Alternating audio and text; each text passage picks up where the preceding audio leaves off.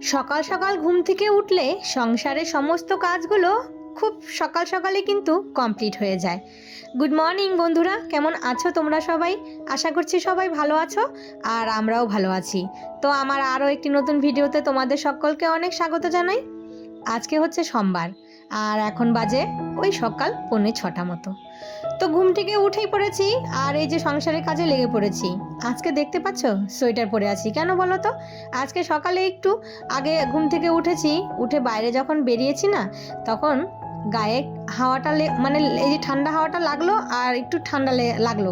তো ভাবলাম যে না, সোয়েটারটা গায়ে দিতে হবে। আমি কিন্তু সচরাচর এই ঘুম থেকে উঠে সোয়েটার গায়ে দিই না। সমস্ত বাসি কাজ সেরে চান টান করে তারপরে একদম পুজো দিয়ে যখন ঘরে যাই তখনই সোয়েটারটা গায়ে দিই। তো আজকে উঠেই আগে সবার প্রথমে বাইরে বেরোলাম। তো এই যে রাস্তার সামনে এসেছি, তখনই কিন্তু ওই যে একটু ঠান্ডা ঠান্ডা লাগলো, গিয়ে ওই তাড়াতাড়ি করে সোয়েটারটা গায়ে চাপিয়ে নিলাম। আর এই যে কাজকর্মগুলো করা শুরু করে দিয়েছি, কেননা বসে থাকলে তো আমার কাজকর্ম বসে থাকবে।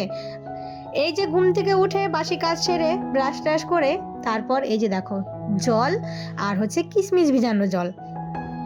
আমি তো রোজই রাতে কিশমিশ ভিজিয়ে রেখে দেই, তো সেই জলটা আর হচ্ছে একটু উষ্ণ গরম জল করে নিলাম। কেননা সকালবেলা না প্রচণ্ড পরিমাণে জলটা ঠান্ডা থাকে, আর এই যে কিশমিশ ভেজানো জলটা এটা কিন্তু বেশ ঠান্ডা, তাই কিন্তু এই যে একটু হালকা গরম জল করে নিলাম।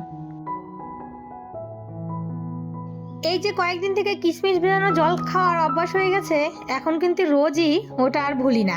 মানে রাতের বেলা কয়েকটা, ওই রাতের বেলা যখন শুতে যাই রান্নাঘরের সমস্ত কাজকর্ম গুছিয়ে রেখে রান্নাঘর পরিষ্কার করে কয়েকটা কিশমিশ এই যে ভিজিয়ে রেখে দেই। আর এই যে জামা কাপড়, মানে রোজই জামা কাপড় কাচতে কাচতে আর ভালো লাগে না। তো এর মধ্যে কিন্তু আমার চান পুজো কমপ্লিট হয়ে গেছে। তারপর চলে আসলাম চা করতে। ওইদিকে হাজব্যান্ডের রুটি করে নিয়েছি আর সবজিটা কড়াইতে বসানো আছে। তো আমি কিন্তু চায়ের মধ্যে কয়েকটা বাতাসা দিয়েছি, দেখতেই পেলে। এই যে মা দিয়ে দিয়েছিল বাতাসাগুলো, তো মা বলেছে চায়ের সঙ্গে দিয়ে দিয়ে খেয়ে ফেলবি। আর এতগুলো বাতাসা কি করব, তাই সেই মানে মার কথা মতো কিন্তু ওই চায়ের মধ্যে একটা দুটো করে বাতাসা দিয়ে রোজ সকালে চা বানিয়ে নিই।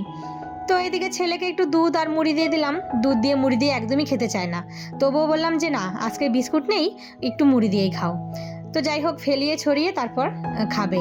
আর এইদিকে দেখতে পেলে রুটি করেছি, সেই বাসনগুলো পড়ে আছে।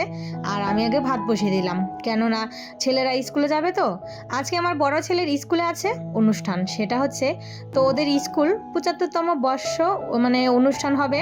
75 বছর বয়স হয়েছে, তাই সেই ইসেতে একটা অনুষ্ঠান করা হবে, বিশাল বড় একটা অনুষ্ঠান হবে কিন্তু।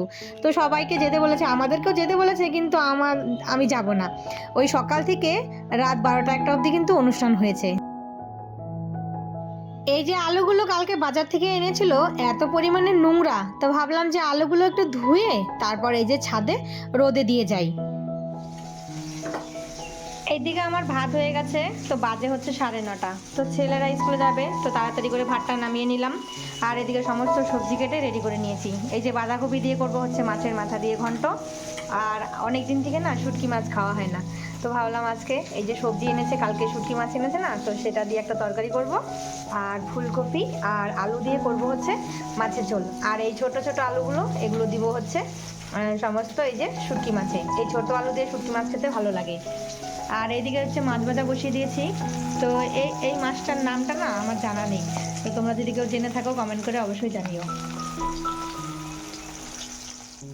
আজকে একটু ইচ্ছে হলো ফুলকপি দিয়ে মাছের ঝোল খেতে। তো মাছের ঝোল কিন্তু সবসময় ফুলকপি দিয়ে খেতে ভালো লাগে না, কিন্তু শীতের দিনে আর যদি এই ফুলকপি বাঁধাকপি না খাই তাহলে কখন খাবো বলো তো? যেই সিজনের যেই জিনিসটা সেটা কিন্তু তখনই ভালো লাগে। তো ফুলকপিটা কিন্তু আমি সবার প্রথমে আগে ভালো করে ভেজে নিয়েছি, তারপর কষিয়ে এই যে মাছের ঝোল রান্না করেছি। আর নামানোর আগে একটু ধনেপাতা দিয়ে দিয়েছি। তো দেখো বন্ধুরা, আমার মাছের ঝোলটা একদম রেডি। আর মাছের ঝোলটা আমি একদম নামিয়ে নিলাম। তো এই যে মাছের ঝোল নামাতে নামাতে তো আমার বাড়িতে একজন এসেছে, কিছু দিয়ে গেল। কি বলো তো?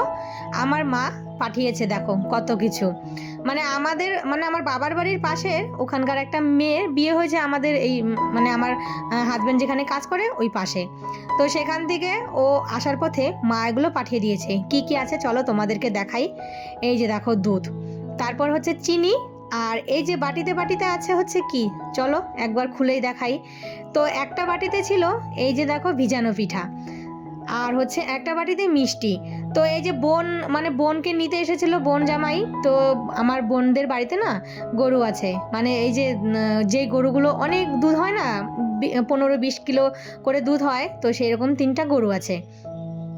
তো সেই গরুর দুধ মার জন্য 2 কিলো নিয়ে এসেছিল। তো মা তো অত দুধ খেতে পারবে না, তো মা এই যে ছোট ছেলের জন্য পাঠিয়ে দিয়েছে। আর হচ্ছে বোন যাবার আগের দিন একটু ভিজানো পিঠা করেছিল, আমাকে যেতে বলেছিল, আমি তো যেতে পারলাম না, ছেলের মানে খেলা ছিল, তার জন্য মায়ের মন তো দেখো কিছুতেই মানে না, ওই যে আমি যেতে পারিনি, তো আমার জন্য পাঠিয়ে দিয়েছে। ভাবছিল যে কাকে দিয়ে পাঠাবে, তো অবশেষে লোক পেয়ে গেছে, তো একটু পিঠা তারপরে হচ্ছে মিষ্টি এনেছিল বোনজামাই, তো সেটাও পাঠিয়ে দিয়েছে, কেননা মা তো খায় না, মার হচ্ছে সুগার আছে। তো এই যে দুধ পাঠিয়ে দিয়েছে ছেলের জন্য, আর সবার জন্য কিছু না কিছু পাঠিয়ে দেয়, যখনই কোনো কিছু ভালো মন্দ থাকে, এই যে দেখো যদি লোকজন আসতে থাকে না, তখন কিন্তু এরকম পাঠিয়ে দেয়। আর হচ্ছে তোমার কি যেন বলে চিনিটা, ওটা হচ্ছে রেশন থেকে তুলেছে, তো মা রেশন পায়, সেই রেশনে চিনিটা খুব কম দাম, এই যে কত বললো মা, 10 টাকা না 15 টাকা কিলো নেয়, আর এখানে 46 টাকা কিলো। তো মাকে বলেছি মা তুমি 1 কিলো করে চিনি আমার জন্য রেখে দিবে, তো সেটাই কিন্তু মা এই যে রেশন থেকে তুলে রেখে দেয়। তো দেখো 46 টাকা কিলো চিনি, আর সেখানে হচ্ছে রেশনে দেয় হচ্ছে 15 টাকা। তো আমাদের কিন্তু আবার চিনি দেয় না, ওই হঠাৎ 6 মাসে হয়তো একবার দিল, কিন্তু ওই তখনই দিলে আবার কতটুকু দিবে, ওই 1 কিলো 2 কিলো, তার বেশি না। তো যাই হোক, এইদিকে কয়েকটা খেজুর, বাদাম বাদাম বলতে কিশমিশ এনেছিল, তো সেগুলো না আমি একটু কৌটোতে ভরে রেখে দিচ্ছি। আর এখানে একটু গোবিন্দভোগ চাল ছিল, তো সেটা এই যে দেখো কয়েকটা লঙ্কা আর তেজপাতা দিয়ে রাখলাম যাতে পোকা না ধরে। আর হচ্ছে তোমার চিনিটার মধ্যে লবঙ্গ দিয়ে রাখলাম যাতে তোমার পিঁপড়ে না ধরে। আর এই যে কিশমিশ, এটা তো রোজই খেতে হয়, তাই এই যে বেশি করে এনে একদম কৌটোতে ভরে রেখে দিলাম। তো একটা দোকান থেকে দাম করলাম, বললো 300 টাকা কিলো, জানি না কম বলেছে না বেশি বলেছে। তো এই যে দেখো খেজুরও এনেছিল, তো খেজুরটা না ছোট কৌটাতে ঢালা হয়েছিল, জায়গা হচ্ছিল না, পরে আমি আবার বড়টাতে ঢেলে নিলাম। তো চলো বন্ধুরা, আজকের ভিডিওটা এখানেই শেষ করি, আবারও দেখা হবে তোমাদের সাথে।